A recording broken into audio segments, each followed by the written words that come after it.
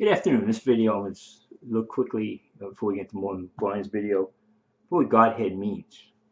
Bryan just keeps talking about the Godhead, the biblical Godhead, as it means parts. That's the deity, not parts, not even not Trinity, not persons and parts. And so you look here from the. This is from the Oxford Dictionary, shorter version here. Godhead, the character or quality of being God, as a God, divine nature or essence, deity. Let's see here.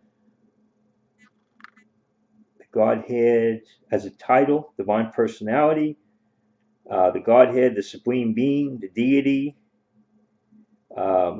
a deity or divinity. That's it.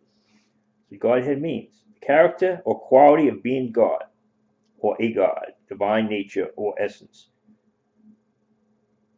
Let's see, Godhead.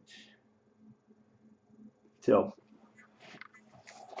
this is the complete Oxford English Dictionary. It's that simple.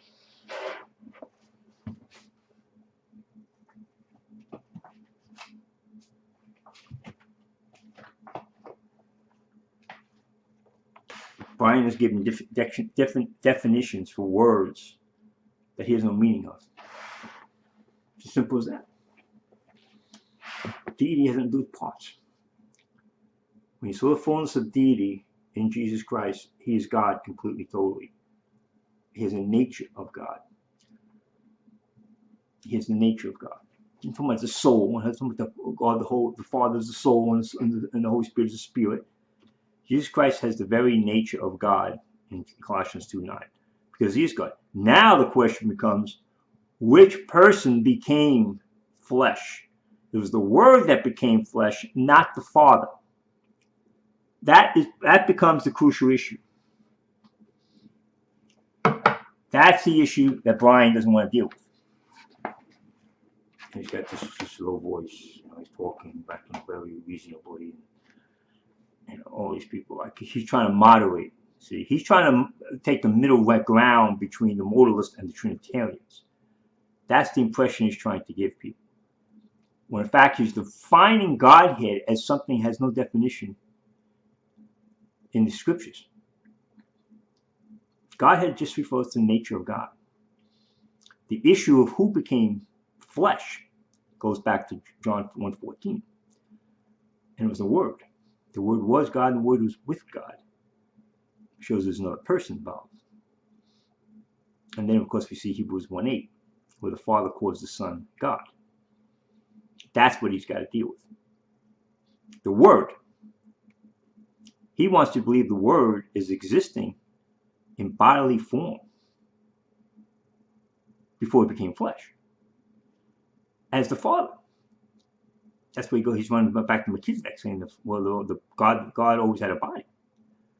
When it says clearly in John 4 that God is a spirit, it's only one person of the Trinity who took on a body. That's the Lord Jesus Christ, the Word. The Word became flesh. He became the Son.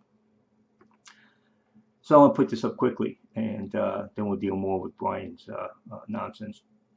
And so, I'm going to put this what JT does. Oh, I went to this, non-King James Bible website to get this definition of Godhead. Idiot didn't even look the word up.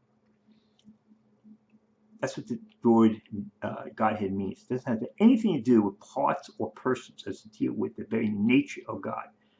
Jesus Christ has the very nature of God because he is God. It doesn't have to do with his soul or his spirit. It had to do with the fact that he had the very attributes of God. Now the question is, which person? Who became flesh? Who became flesh?